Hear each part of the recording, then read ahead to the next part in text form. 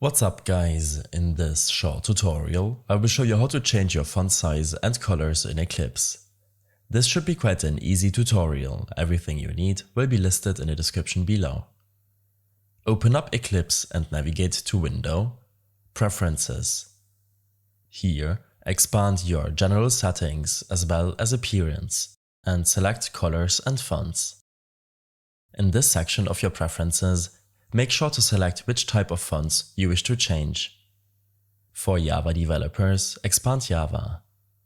When selecting text, such as colored labels or the Java editor text font, you will see the properties in this preview box. To change it, select Edit, and here you have the option to change your font, font style and size.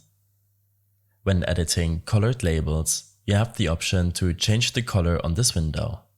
I hope this helped you out. Leave a comment if you have any questions and see you in the next one.